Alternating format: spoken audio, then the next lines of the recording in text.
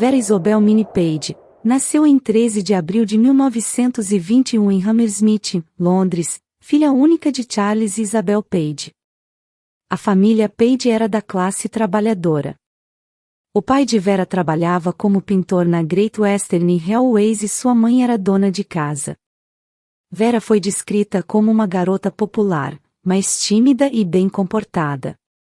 Para complementar a renda familiar, Charles e Isabel ocasionalmente permitiam que inquilinos residissem em sua casa, embora esses inquilinos fossem sempre membros da família ou pessoas conhecidas da família. Em janeiro de 1931, a família Page mudou-se de Chapel Road, Notting Hill, agora conhecida como St. Mark's Place, para uma casa de 3 andares nas proximidades de Blenheim Crescent. A família não ocupava toda a casa, mas sim quartos tanto no pavimento térreo como na cave. Outros ocupantes que residiam nos andares superiores desta propriedade incluíam um casal de meia-idade chamado Arthur e Annie Roche, que morava na propriedade há aproximadamente 20 anos. Em 14 de dezembro de 1931, Vera saiu de casa no número 22, Blenheim Crescent às 16h30. Caminhou cerca de 50 metros até a casa de sua tia, Minnie, que morava no número 70 de Blenheim Crescent. O objetivo desta curta viagem era pegar 2 certificados de natação que ela havia conquistado, mas que havia ficado com a sua tia no dia anterior. Como Vera não voltou para casa às 17h30, seu pai foi visitar sua tia, que o informou que Vera havia recolhido seu certificado de natação e saiu de casa aproximadamente às 16h45, com a intenção de voltar para casa a tempo para a refeição noturna. Tendo visitado primeiro as casas de todos os amigos e parentes de Vera, na esperança de que sua filha pudesse estar com um conhecido, Charles visitou a delegacia de polícia de Notting Hill para denunciar o desaparecimento de Vera às 22h25.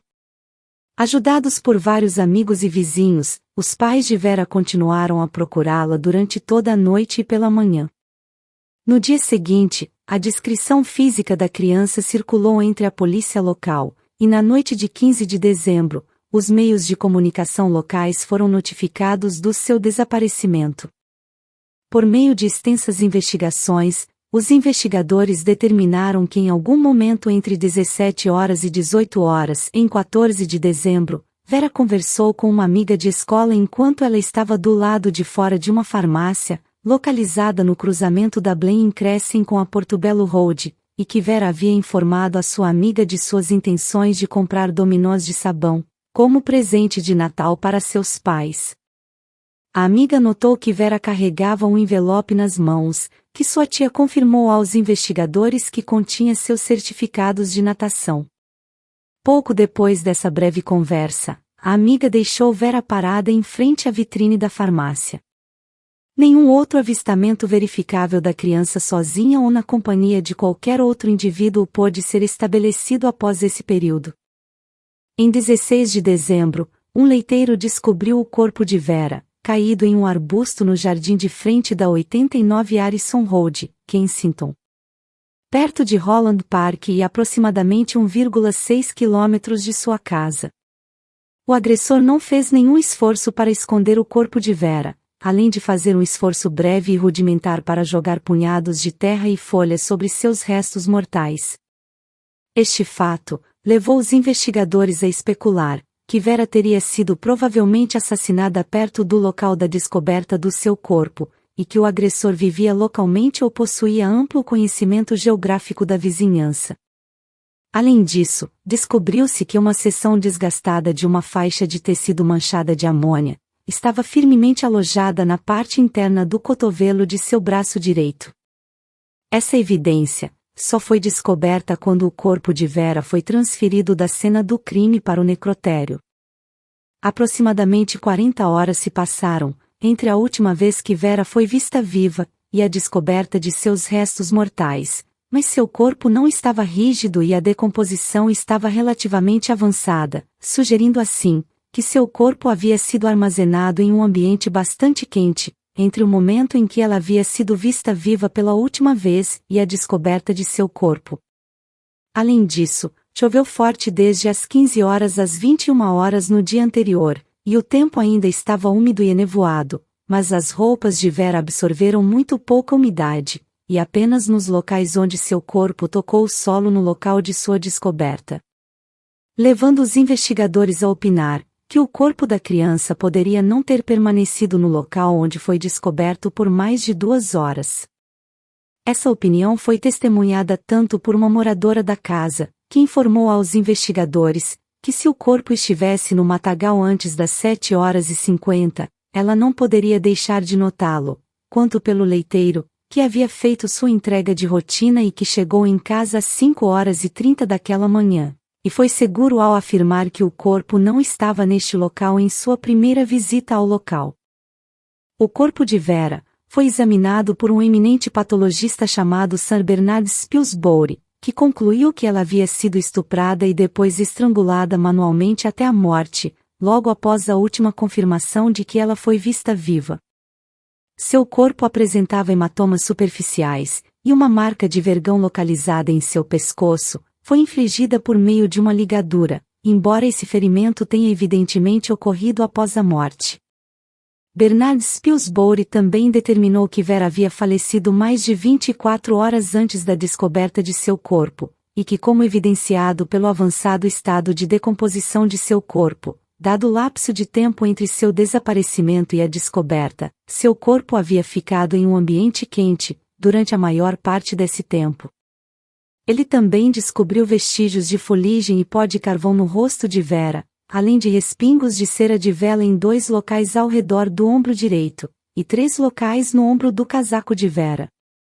Além disso, Bernard Spilsbury concordou com a conclusão inicial da polícia, de que a seção de uma faixa de tecido manchada de amônia, encontrada alojada na parte interna do cotovelo de Vera, provavelmente havia caído da mão de seu assassino, quando ele depositou o corpo de Vera na cena do crime. Posteriormente, descobriu-se que a própria cera da vela tinha uma consistência diferente de todas as velas da casa de Vera. A consistência da cera da vela descoberta nas roupas de Vera, mais o evidente pó de carvão, levaram Bernard Spilsbury à conclusão de que o corpo da menina provavelmente estava escondido em um depósito de carvão ou porão, antes de seu corpo ser descartado em Harrison Road, e que o galpão ou porão provavelmente não tinha luz elétrica, como evidenciado pela presença de cera de vela também encontrada nas roupas de Vera. O assassinato de Vera causou ampla indignação pública, e a polícia montou uma operação intensiva para deter o seu assassino. Conduzindo extensas investigações porta a porta nas proximidades do seu desaparecimento e descoberta. Lançando apelos da mídia ao público por informações. Mais de 1.000 pessoas seriam formalmente interrogadas em relação ao assassinato, e vários milhares de depoimentos de testemunhas seriam obtidos pela polícia durante as investigações subsequentes. Como Vera era uma criança tímida, os investigadores teorizaram que ela provavelmente havia sido sequestrada e assassinada por um indivíduo que ela conhecia e em quem confiava, e que esse indivíduo a atraiu para uma sala quente, onde a estuprou e a assassinou, antes de guardar seu corpo em um depósito de carvão. Como indicado pela extensa poeira de carvão em suas roupas.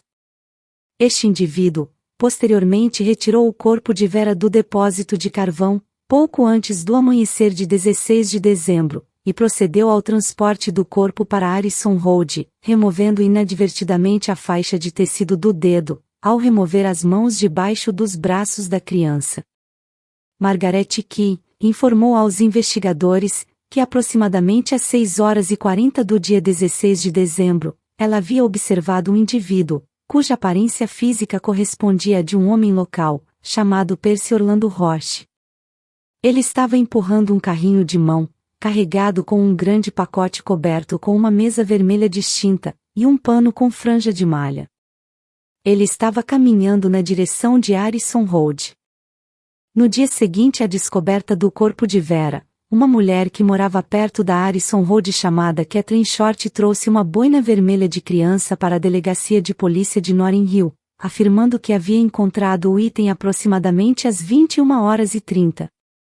Na noite anterior, em um local que os investigadores observaram que era bem próximo de onde Vera foi vista viva pela última vez.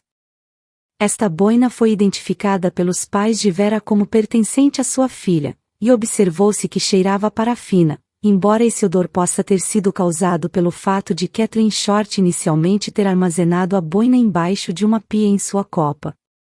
Kathleen Short também informou aos investigadores que perto do local de sua descoberta, ela também localizou vários pedaços de papel rasgado que ela coletou e descartou, e um pedaço de vela que ela mesma usou e também descartou.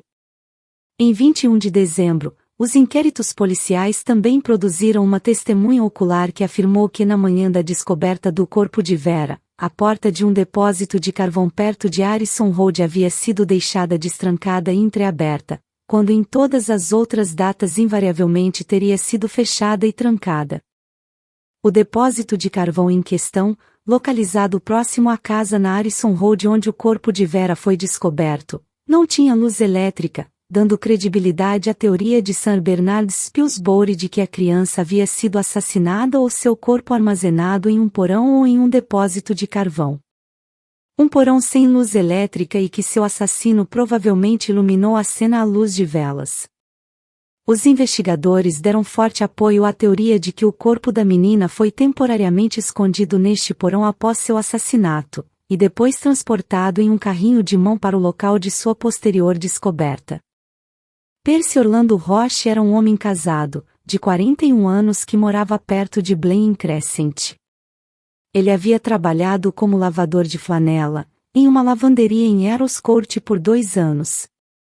Os pais de Percy Orlando Roche moravam nos andares superiores do 22 Blaine Crescent, e ele e sua esposa viveram no local até 1925. Embora após sua mudança para perto da Talbot Road, ele tenha continuado a visitar regularmente seus pais, tendo a chave da casa deles. Percy Roche admitiu abertamente ter conhecido Vera, a quem descreveu como uma menina simpática, embora afirmasse não a ter visto durante aproximadamente 3 semanas antes de seu desaparecimento. No trabalho de Percy Roche, ele tinha contato com amônia quase diariamente. Além disso, Percy Roche machucou o dedo mindinho da mão esquerda em seu local de trabalho, menos de uma semana antes do assassinato de Vera. Apesar de seus protestos de inocência, Percy Roche rapidamente se tornou o principal suspeito do assassinato de Vera. Ele foi inicialmente interrogado na delegacia de polícia de Notting Hill em 18 de dezembro, onde admitiu abertamente ter usado uma faixa de tecido no dedo desde que machucou o dedo mindinho da mão esquerda, aproximadamente uma semana antes. De acordo com Percy Roche, depois de machucar o dedo no trabalho no início de dezembro, ele fez um curativo áspero para o ferimento, embora sua esposa tivesse feito um curativo mais compacto e confortável para ele com o suprimento doméstico de curativos naquela mesma noite, para que a amônia que ele entrou em contato no trabalho não agravasse a ferida. No entanto, Percy Roche afirmou ter descartado este segundo curativo em sua lareira em 11 de dezembro. Algumas das alegações de Percy Roche sobre o curativo no dedo foram confirmadas por vários de seus colegas, que disseram aos investigadores que Percy Roche realmente machucou o dedo mindinho da mão esquerda em 9 de dezembro, e voltou ao trabalho no dia seguinte usando um curativo caseiro para proteger o ferimento contra a água amonizada. No entanto, estes colegas não tinham certeza se ele estava usando o curativo no dia 14 de dezembro. Uma busca na casa de Percy Roche em Talbot Road revelou bandagens, além de uma distinta toalha de mesa vermelha com franjas de tricô, que provavelmente foi usada para cobrir o corpo de Vera enquanto ele transportava seus restos mortais do depósito de carvão para o jardim da 89 Harrison Road. Um exame forense da consistência da cera de vela, descoberta no ombro direito de Vera, revelou que a substância era idêntica à encontrada em uma vela usada e recuperada na casa de Percy Roche e também à cera descoberta em seu próprio sobretudo. Além disso, descobriu-se que este sobretudo continha vestígios de pó de carvão e sêmen.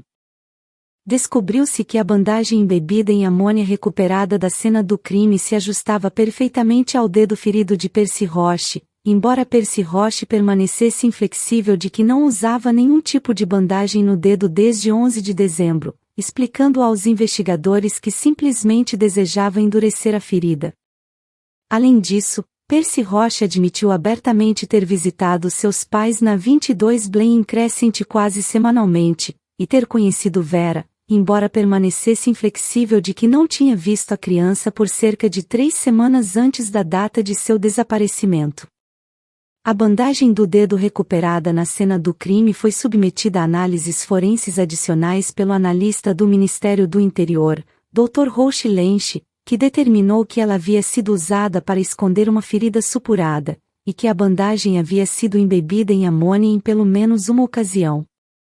No entanto, o Roche Lenche afirmou que, tendo também examinado este curativo com a ajuda de luz ultravioleta, ele concluiu que o material tinha uma consistência diferente das amostras de curativos e fiapos, recuperados pelos investigadores durante sua busca formal na casa de Percy Roche. Um superintendente de Notting Hill, chamado George Cornish, afirmaria mais tarde, que durante o interrogatório inicial de Percy Roche, quando ele era simplesmente um dos vários suspeitos em potencial, os policiais o informaram sobre a bandagem no dedo encontrada na cena do crime. O superintendente George Cornish afirmaria mais tarde, que os policiais solicitaram que Percy Roche entregasse voluntariamente todas as amostras de bandagens de sua casa, e ele obedeceu ao que George Cornish mais tarde descreveu como um leve sorriso perturbador em seu rosto.